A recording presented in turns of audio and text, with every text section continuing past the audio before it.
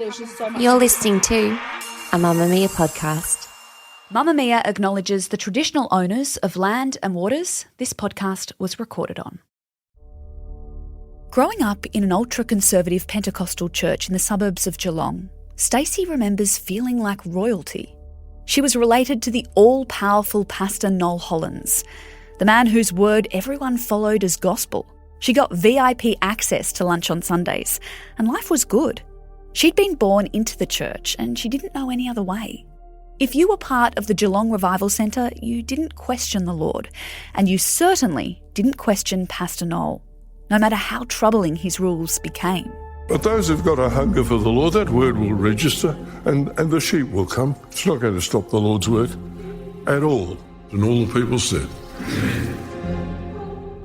For Stacey, everything was fine until it wasn't. At the age of 18, Stacey says she was raped by a male friend. The pastor found out and told her she had to marry him and that she had to be excommunicated, kicked out of the church for a year as punishment for having sex before marriage. She was cut off from everyone, left completely on her own to deal with not only what had happened to her, but the future she was being forced into. For Stacey, that time in exile was the start of the end. It gave her time to question the church. Why were they forcing her to marry someone she'd accused of raping her? Why was that her fault? Why did she believe the preachings of this church so wholly when the rules and ramifications hurt so deeply? What if, she thought, the man on the platform, her relative, her pastor, was wrong?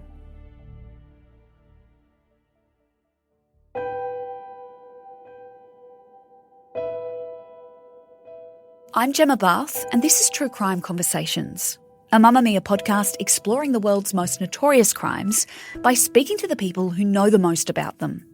2024 has been a big year for the Geelong Revival Centre, an ultra-conservative church based in the suburbs of a Victorian city an hour and a half from Melbourne. In April, the controversial long-time leader of the church, Pastor Noel Hollins, died at the age of 93. Then in August, a man named Todd Hubers, who was a senior leader at the church, pled guilty to the persistent sexual abuse of multiple children. It's understood the crimes took place between 2016 and 2023 at various locations across the Geelong region, and the victims were boys aged between 6 and 12. Hubers is still awaiting sentencing. That will happen in early 2025. But this is far from the only criminal, confronting and deeply troubling revelation that's emerged from the shadowy depths of the cult-like church. A church that thousands of Australians have been a part of over the decades. A place where alcohol, friends outside of church, medicine and even team sport are banned. A place where the pastor is in charge of your dating life. Where movie-style kissing is banned and church brothers get to choose the women they marry whether she wants to or not. A place where young girls and women are forced to reveal intricate details of their sex lives, things like positions and timing, even if those experiences came as the result of alleged rape. For 2 years, Richard has been investigating the Geelong Revival Centre, collecting audio from Noel Hollins and stories from cult survivors. For legal reasons, he's been unable to share it, until now. Here's Richard. Richard, tell me how you came across this story and just how long you've been working on it. I came across Pray Harder, or the story that I've called Pray Harder, in the middle of 2022. I was contacted by a guy who was an ex-member of this extreme Pentecostal church headquartered in Geelong. And it turned out, actually, that he and I were at primary school in a coastal town near to Geelong together in the mid-1980s. It just felt like, that was meant to be, that I was going to do this story. And I've been working on it ever since then. And through this guy, Ryan, I was introduced to a number of other former members of the church, and it kind of just snowballed and spiraled from there. My first couple of meetings with people, I couldn't believe some of the things I was being told. And, as much as you want to hear extreme or shocking things or whatever, as part of you as a journalist is going, oh, that can't be that bad, or, is that a stretch or whatever. Took a few months and a number of meetings with, quite a few people from that church to realise, no, what I'm being told is 100%. And then I really knew I had to commit to it. So you grew up in the area we're talking about around Geelong in Victoria. Do you remember hearing about the church or did you know about the church growing up? I didn't know per se about this particular one. What I did know in Geelong is that at that time there was quite a strong presence of, I guess you would call, Pentecostal style churches where they were quite insular communities and very popular. I remember some really big churches. My dad, after my parents separated, got involved with one of those more popular churches, and I remember going to a few of the services and the singing and people speaking in tongues and things like that you associate with those things. And yeah, I just thought they were all one and the same. As a kid, you wouldn't distinguish. But yeah, certainly that style of religion I had a small insight into it as a kid for a window where my dad was looking for something, after he and mum separated. I know you've been working on this story since 2022. The leader of the church, Pastor Noel Hollins, he died in early 2024 while you're in the midst of this investigation. Was that a turning point? He carried a lot of fear with him in everyone who grew up under him. So Pastor Noel Hollins was basically the founder and leader of this Geelong Revival Centre, which is the main church, but it oversees a network of about 17 assemblies across Australia, in Queensland, New South Wales, Tasmania, South Australia and WA. He'd been running it since, I think, like 1958. Even though people who've been out 10 years or so still could hear his voice. And if you listen, people listening to the podcast will hear that it is a very unique and quite, I guess, intimidating voice. And certainly the force of his message has kind of left an imprint on their heads. So yeah, even when people were speaking about him, part of them at times they would say, I feel guilty, or I feel like I'm doing wrong, or my soul is in trouble because of what I'm about to tell you about this place. He's big on secrets and really big on him having total control over everyone and everything. So what's Pastor Noel's background? Had he come from a strictly religious world himself, or is it something he came to later in life? He was born into quite a well-off family in Hawthorn in Melbourne, and his father was actually a member of Parliament in Victoria and served as a minister in some governments, back in the 30s or 40s. And they were raised as sort of strict Methodist church people. And it wasn't until a couple of years after the end of World War II that the Hollins family got introduced to this new brand of worship and new brand, I guess, of Christianity called the Revival Crusade. And it came out of America. A couple of its, key points were, total acceptance of like every word in the Bible is literal and true. And you have to abide by all those things. There's no room for kind of interpretation or, seeing things as, metaphoric or whatever. It was very literal. And the other big impression on their family was a concept called British Israelism. And what that boils down to is a belief that the people of Great Britain and United States, that is the white people, are the descendants of what's called the 10 lost tribes of Israel. And they are basically God's chosen people and kind of above other races and other religions. And the Hollins family was visited by a guy called Tom Foster, who was a massive proponent of British Israelism in the post-World War II years. And what Noel Hollins did was kind of fuse the revival beliefs and style of worship and inject that British Israel message into his teachings. And that became the cornerstone of his doctrine, that you want to be a part of this church, you have to find salvation through speaking in tongues. So you've got to show that you can receive the Holy Spirit by speaking in tongues. Baptism by full immersion in a water tank, and then believe this British Israel message, which is basically that the Anglo-Saxon or Anglo-Celtic people have a special place and are God's chosen people.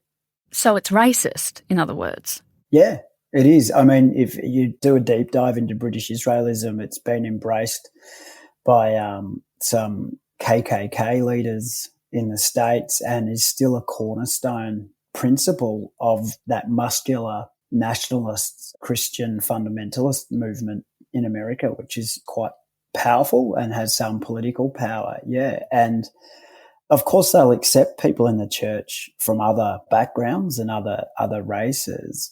This church, the one that Noel Hollins founded and expanded, has branches in Singapore and India and the Philippines, Colombia, Sierra Leone. So they're not scared to or afraid of mixing with other people. But one thing he wanted to make clear was that brothers in the church, that's what they call the men, who are sent out to kind of establish and run these overseas assemblies, are not to marry a local girl because they will not be welcome back. It's mind-boggling that these other countries accept that. Well, they don't know. I mean, they go there, they don't, go through the normal channels of, getting approval from government or things like that. They just go out, they set up a thing and they promise salvation. And so it's a very seductive message that they have is basically, come to us. We've got a way that will solve all your problems in your current life because all you got to do is pray harder, do what we say, things will be okay. And then that this life is only temporary anyway, that the end of the world is fast approaching. By being part of this church, you will earn eternal life. So, that for people who have got a lot of problems or whatever, this is a quick fix with a promise of something everlasting. And all you got to do is just do what they say. Doing what they say comes with a lot of rules under Pastor Noel. Can you take us through some of those? Because they were very strict in all facets of life in what you were and weren't allowed to do. Yeah, extremely strict. I've never seen anything quite like it. For example, extremely patriarchal in that Noel is the head of the church. He has a senior group of elders under him. Then the man is the head of the household and a woman is basically there to support her husband and have kids and make sure her kids don't step out of line and only speak when they're spoken to. People are encouraged to report on each other. So there's a lot of spying and judgment going on and report to pastor. Teenagers aren't allowed to associate with others outside of school. So there's no sleepovers or play dates or, doing things with non-church people. So it's very, very cloistered. Relationships between, teenage boys and girls, for example, are kind of forbidden. And when people turn 18, if they want to pair off, in the pastor's words, that has to be approved by pastor. And then they are subject to things like only seeing each other once or twice a week, limited phone time. There was one famous rule there, they had no movie-style kissing. And, of course, if you happen to grow up and realise that you're gay, then you got a massive problem because that's about the worst thing anyone can be in that place. And that's going to lead to your expulsion from the church, and your family are going to be forced to cut you loose, to have nothing to do with you. So that's what happens if someone decides to leave. Their families are instructed to sever all ties and leave someone without a support network on the outside. So that's a very grave fear of, one, being kicked out because you lose your salvation if you're not in church and you're being told the world's about to end. You think you're going to go to hell. And two, you lose your family and your friends, So it's really very, very, very controlling. And for women in particular too, they can't initiate a relationship. So they basically are sitting on the shelf waiting for a man in the church, and it could be from one of the other churches around Australia that are affiliated with them, to go, I like you, I want to start a relationship with you. And then basically that's like a factory farm. It's like an arranged marriage kind of thing. You don't get a choice. No, because you're just brought up to believe that your role is to hopefully be chosen to be married. And, I've had females, young women in the podcast say, you don't even care who it is or even you just want them to be nice and to treat you nice. But that's the main goal, because that's all your role in life is to bear children and support your husband. So you're not allowed to work at all? There's not a hard and fast rule, but the type of job you can do is restricted. And if your husband doesn't want you to work, you won't work. And also the pastor says where you live, you can't choose to move. And even your holidays are truncated. Like if you go on holidays, you have to go to a place where there's another affiliated assembly so you can receive prayer and communion and fasting. And for the kids, you know, there's obviously a lot of problems in this too, because the other thing they encourage is corporal punishment of children. Although corporal punishment is still legal when it's, you know, just a smack, or a lot of people choose not to do it and think there are better ways now.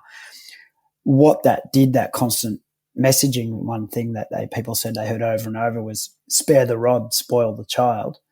Well, that was literal in terms of people got caned, belted, hit with fists, choked. So they described some terrifying encounters growing up as children. And also there was always a spectre or an undercurrent of sexual abuse, and, you know, another scary thing for kids to face. Which I want to get into in a minute, but focusing on that more physical abuse of children and how accepted it wasn't just the man in your household, so your dad. Anyone, any man could discipline children, couldn't they? Yes, if the children were within your orbit and you felt that they needed correction. So the other name for that policy was the rod of correction.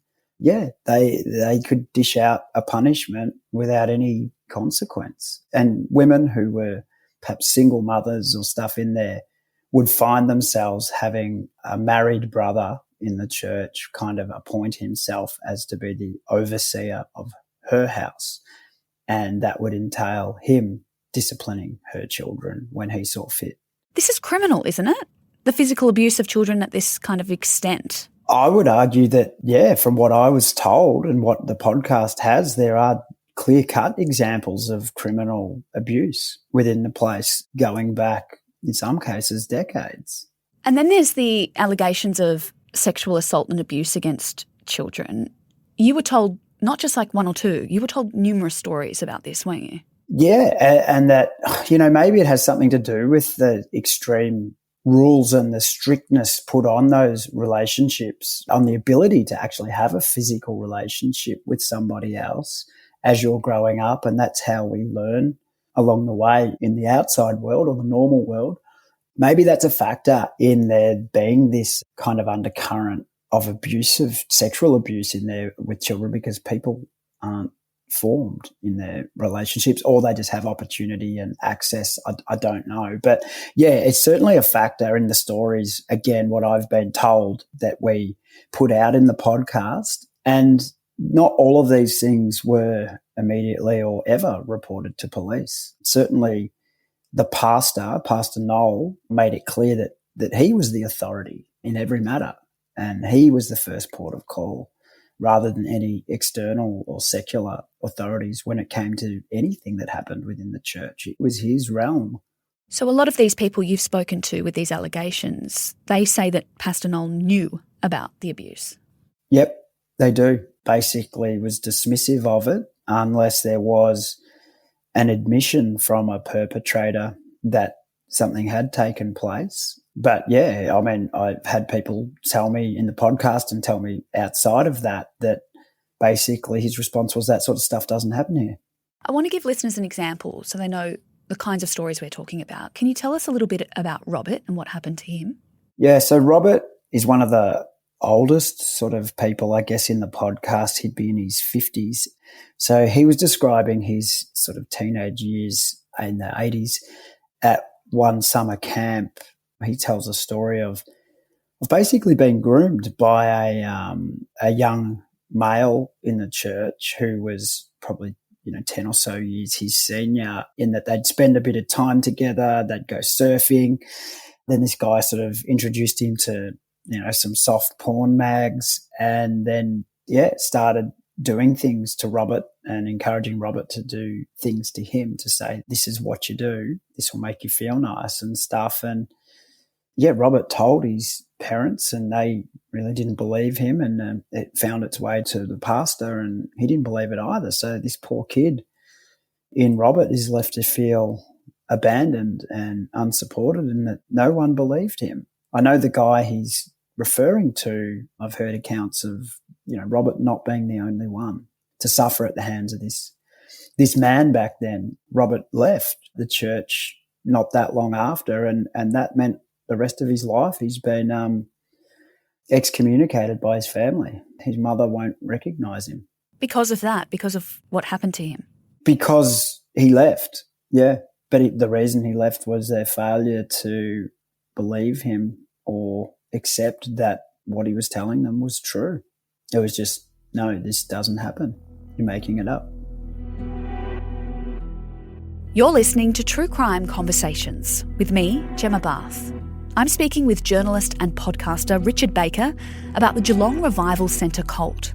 Up next, we talk about Stacey's story and how she managed to escape the church.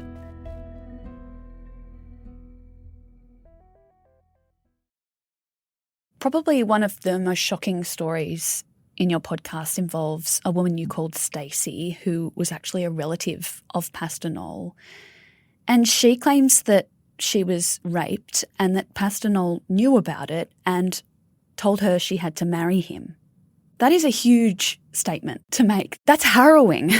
It is. It's hard to comprehend. I mean, I sat across from Stacey when I was interviewing her, and when she got to this part of her story, honestly could see a physical change come over her. And I don't even know if, she was aware of that or not, but as she recounted her alleged rape, and then the pastor who was her, senior male relative in her family, his response to it, her bottom lip was trembling. So, it clearly it had a visceral effect on her recounting it to me.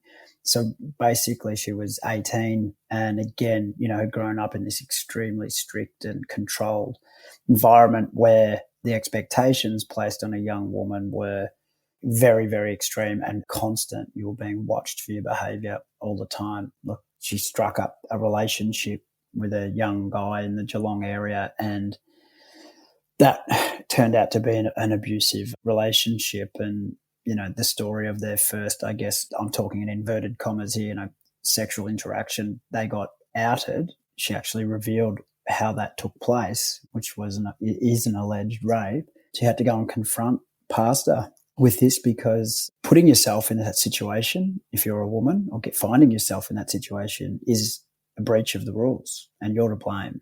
And she was to be punished, and she knew she was going to be put out of fellowship. According to their beliefs, if the world ends while you're out, you go to hell, and also you're separated from your family. Now, the other thing he said, according to her, was that the only way we can half make this right is for you to marry this guy. That was the only way. She was still going to be punished for a bit, but it wouldn't be as severe. But that was how to fix this problem. The guy you claim raped you and, took your virginity and all of that away from you is going to be your husband. Did she do it? Did she marry him? No, that ended her relationship with the church, caused tremendous upheaval in her family group because her dad had to stick up for her and cross swords with Noel, who he was related to.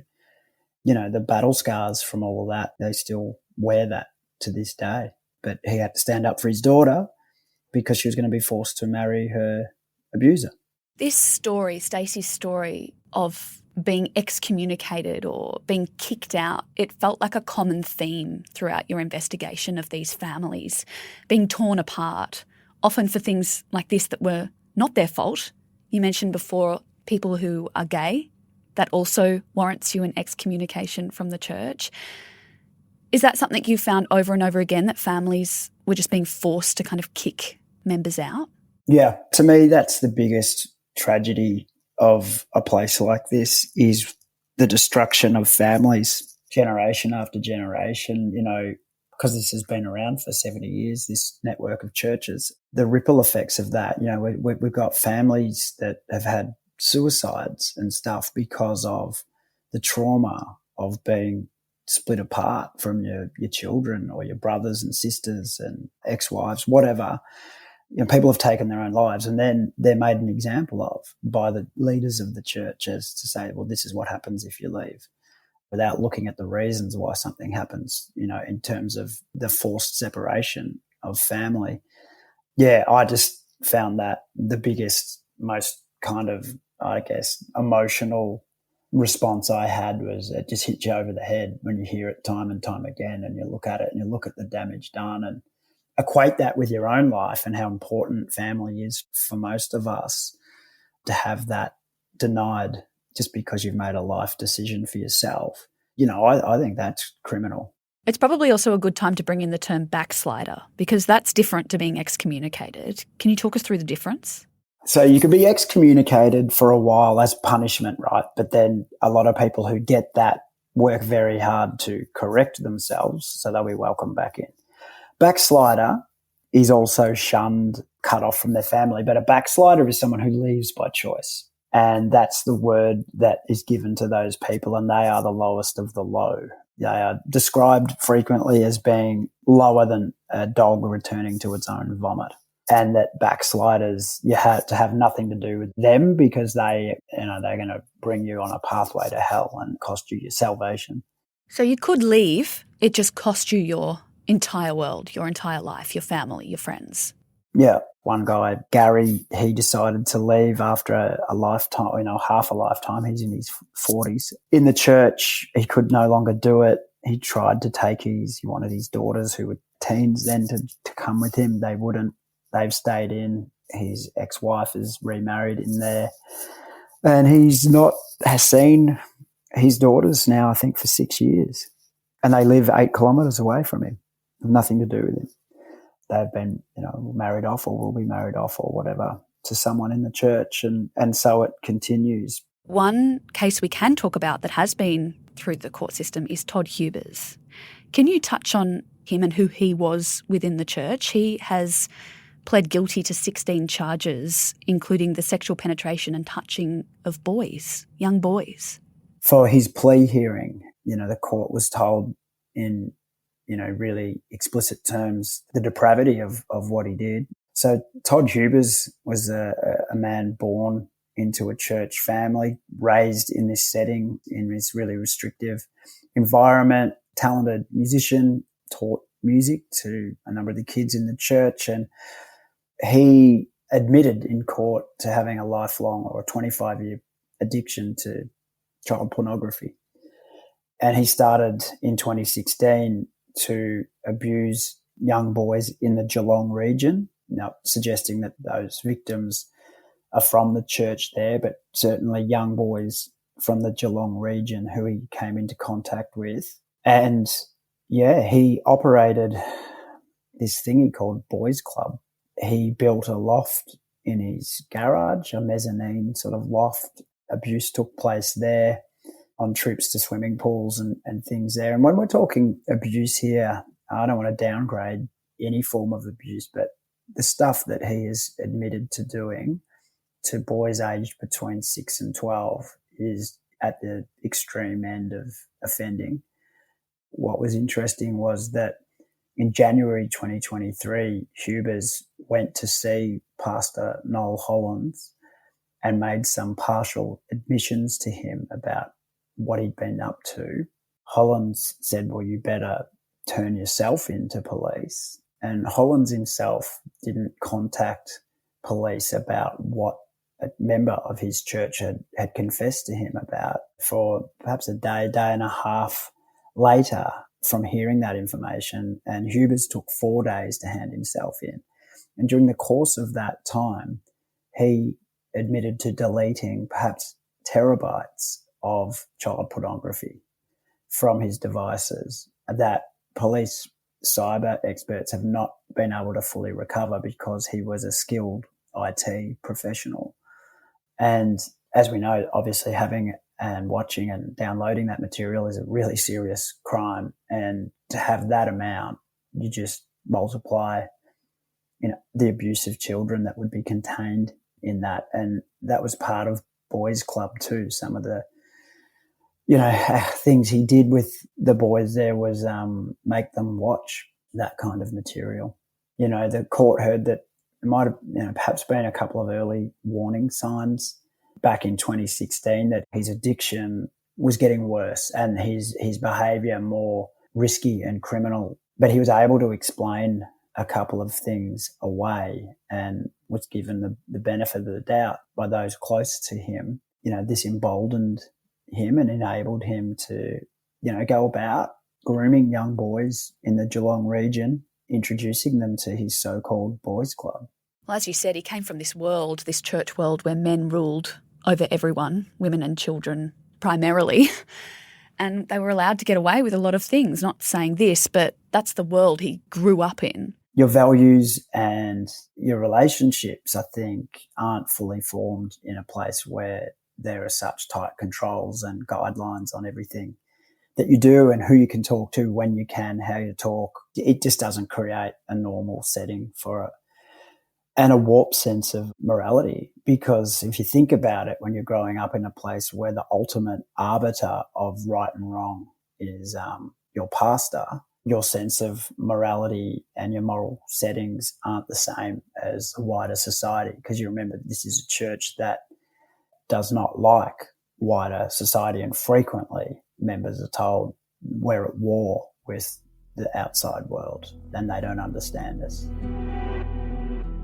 After the break, I ask Richard about the church banning medicine and how that ended up causing severe illness and even death among its followers.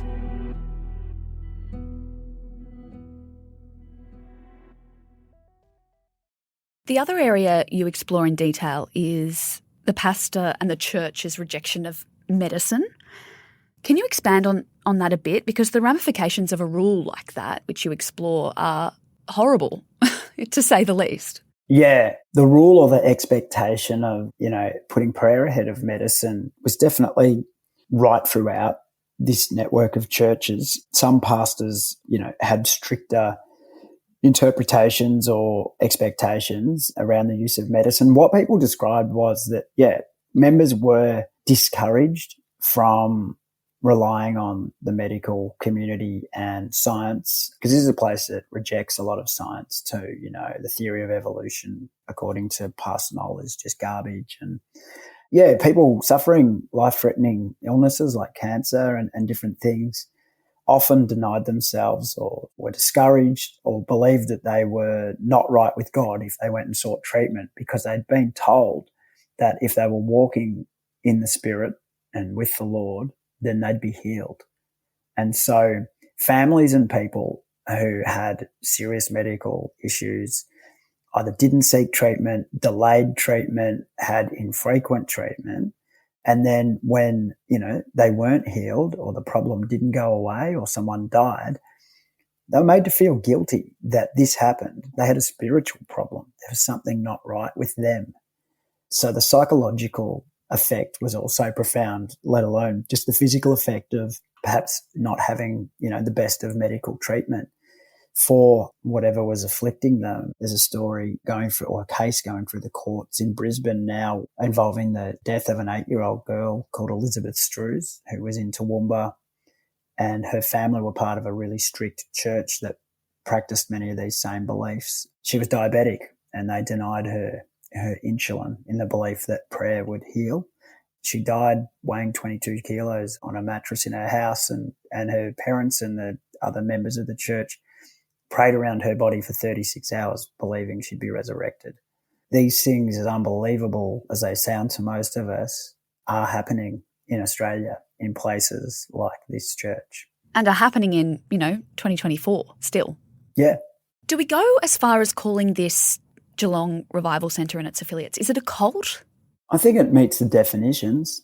If your liberties and your freedoms are taken away from you in the belief that you have to behave and think a certain way and basically give over all autonomy to one man, that to me suggests it's a cult. I guess the most important thing in answering that question, perhaps it's not for me to say, but what former members say.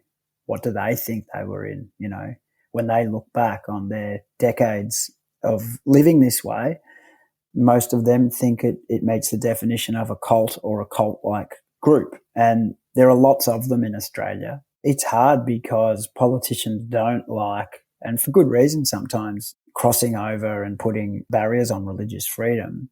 But to have religious freedom also, I think, comes with responsibility to ensure people aren't harmed. And particularly when you say people, for me, it's children who have no choice.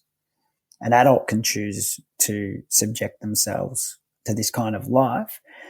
And then, perhaps once they're in, it changes into something that I didn't think it would be, but it's too hard to get out. That's one thing. But for me, the biggest problem, and where society and the authorities perhaps need to do more and keep a closer eye on places like this, is on the welfare of the kids, because they don't have a choice if they're born into that. We've talked about numerous things that deserve criminal proceedings. They need to be investigated. And we haven't even touched on, you have found examples of people within the church allegedly bashing men in Geelong that they knew were gay because they were gay.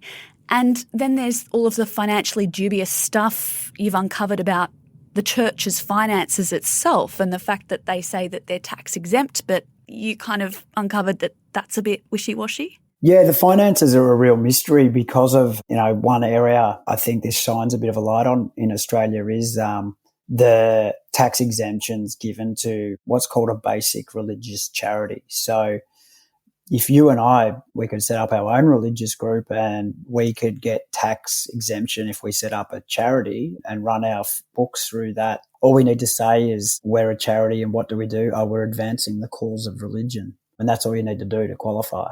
And what that means is if you're registered as a basic religious charity, which is the trust at the centre of this church, is one of those, you don't have to submit financial reports. So members have no clarity on where their money, and remember, everyone as part of this church is expected to give a tithing and make offerings. And if you've got more money, the more money you're expected to commit. You can't see how that's being used. These basic religious charities aren't subject to the same governance guidelines and rules that other non-religious charities are.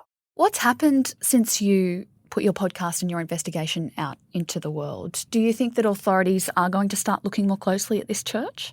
Yeah, I think so. I think that, plus the combination of how a guy like Todd Hubers was moulded or created in this place, and how the church handled, or how the pastor at the time handled his admissions, and then, the delay in notifying police would be something of interest there. And I'm certainly doing my best to bring it to the attention of relevant authorities. It's up to individuals, obviously, if they want to report things to police. I know a number of people from Geelong, but from other places, have made some historic abuse allegations, either physical or sexual, that they say they experienced when they were children. There are some other prosecutions going on in other assemblies connected to this church in Australia that I'm not going to say where, because I don't want to impact any trials or things coming up there. There's enough there, I think, in what's out there through the podcast and these ex-members' stories, plus what's happening just in our court system and other things, to say places like this need to be put under the microscope some more, and maybe, the relevant authorities that are responsible for things like child protection or child safety actually go in and have a look at what do they have in place here. Do they have working with children's checks on people who are minding children, or supervising activities at their camps and things like that, and also question the leaders around these policies that allow people other than parents of children to dish out quite, physical and sometimes violent punishments on other people's kids. Do we know if anything's changed since Pastor Noel died? Well, there's a new leader of the church who was an acolyte of Pastor Noel. I don't think anything's changed. I think, if anything, they've got more, from what I'm hearing, more repressive, more secretive, building up the walls around them, because they perceive what I've done as an attack on them. It's not that. People, can have the right to worship who and how they like, but society has a job to do, the media has a job to do, when that's at the expense of other people's physical or emotional well-being. Is there life on the other side? A lot of these now adults that were children that grew up in this church, have they been able to create better lives for themselves despite all of the trauma and the ripping apart of their families that they've endured? Yeah, and that's the silver lining. Like, a lot of what we've talked about is heavy, and hard to take content. The good thing is, and the podcast does have an element of that, there is hope. And people who have transitioned out of such places have found the outside world's pretty good. And their kids are happy and they're living really good lives as productive and involved members of the wider community. And they're loving it. And the good thing is, for people on the inside of places like that, is these guys are connected through social media and different networks now, that you go out and, you did this 20 years ago, you were literally on your own. Now you've got a group of people who understand exactly what you're going through, who can relate to what you're feeling and the challenges you might be facing. And they're there to help you and guide you through it. In Geelong, I know, there was one just last Saturday where a group of their ex-members all caught up and had a beer and enjoyed some time together. And, they were never allowed to drink inside the church or anything like that, but just, be normal and enjoy other people's company. So even the fact we're talking about it, the fact that you've done this investigation, the fact that there's Facebook groups, for the people still inside, there are options for them. Totally. Yeah. I guess you've got living proof when you see how happy they are, and there must be something right about it, something good about it.